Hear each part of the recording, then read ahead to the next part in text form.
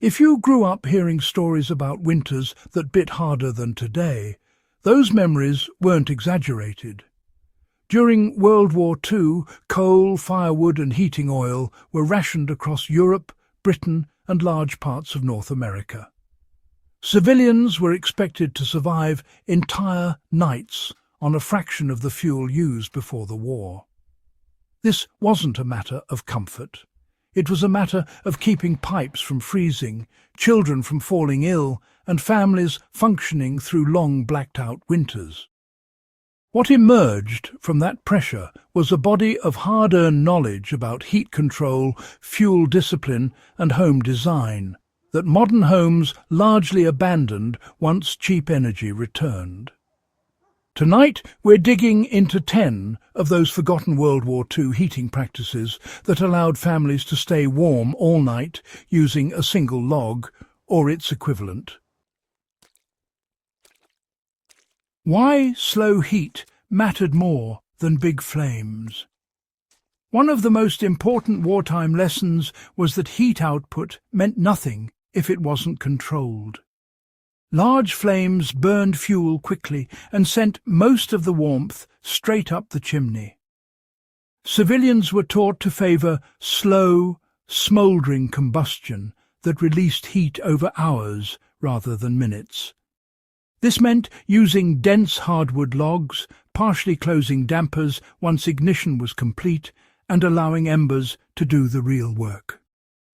In modern terms, this same principle applies when using a wood stove today. A properly seasoned hardwood log, burned at low oxygen, will radiate steady heat long after visible flames disappear. How masonry and thermal mass replaced constant feeding of fires. Across Eastern Europe and parts of Germany, masonry heaters became the backbone of wartime home heating. These stoves were designed to absorb heat from a short, hot burn and release it gradually through brick or stone walls over many hours. Families would burn a single log intensely in the evening, close the system, and rely on stored heat throughout the night. This concept still works today in homes with fireplaces, stone hearths, or even thick interior walls. The key is allowing heat to soak into mass rather than escape immediately. Why nighttime heat was planned before sunset.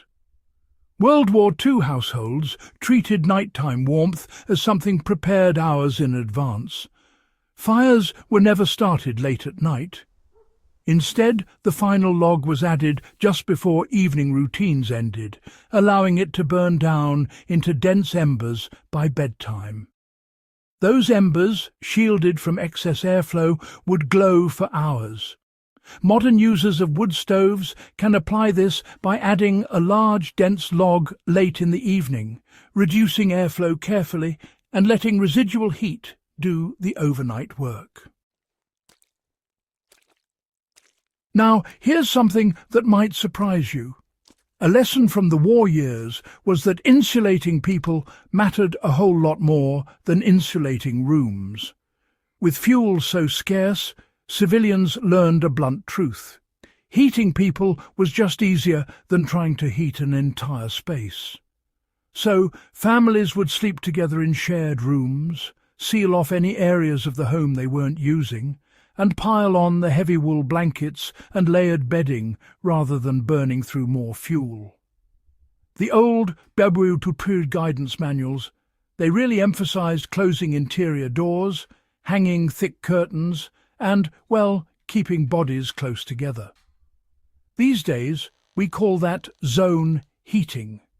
You warm the room you're in, and honestly, just let the rest of the house stay cold overnight. You know, chimney control was almost treated like a science back then.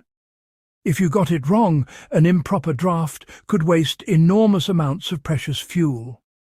Wartime households had to learn to control airflow really precisely, sealing up leaks and adjusting those dampers with real care.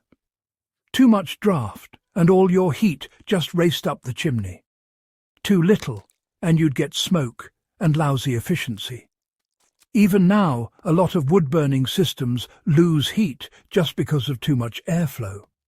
But if you learn to use your damper properly, you can actually stretch a single log's heat output by hours. Quite clever, really. There's another trick from those days that's not as well known.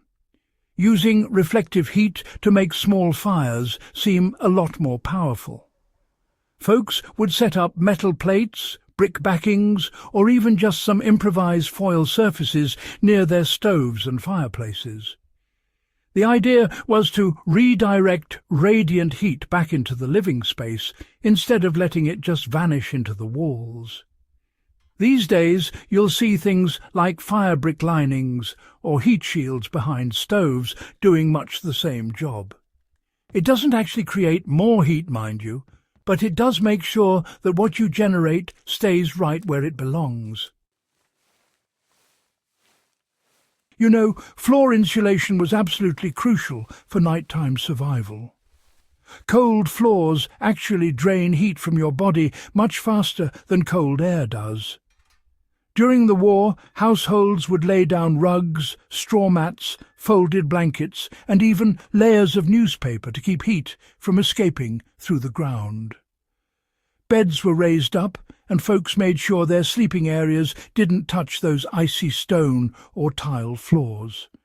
Even now, adding thick rugs or putting insulation under where you sleep can make a huge difference in how cold you feel, without needing to burn any extra fuel. So here's how one room became what you might call the winter headquarters. Back in WWII, families often gave up trying to heat the whole house. Instead, they'd pick one room to be the warm room. That's where everyone cooked, read, sewed, and slept. That room would be sealed up, insulated, and heated as efficiently as possible. If you think about it today, the same principle applies. Pick your main living area for those chilly evenings and focus your heat there, rather than spreading it thin across empty rooms. You know, there's a reason embers were valued more than flames. Veterans and civilians alike understood that glowing embers were the true source of overnight warmth. Flames, well, they gave you light and a quick burst of heat, but embers, those delivered endurance. Managing fuel so it converted to embers before sleep, that was really essential. This principle honestly still applies to wood heating today, and it explains why proper fuel size and density matter so much more than just the quantity. So, how did wartime discipline turn fuel into a strategic resource? Above all, World War II heating wasn't about clever tricks. It was about discipline. Fuel was measured, fires were planned, and waste, well, that was simply unacceptable. That mindset alone allowed families to survive winters on fuel amounts that would absolutely shock modern households. And applying this discipline today can dramatically reduce energy use without sacrificing safety or comfort.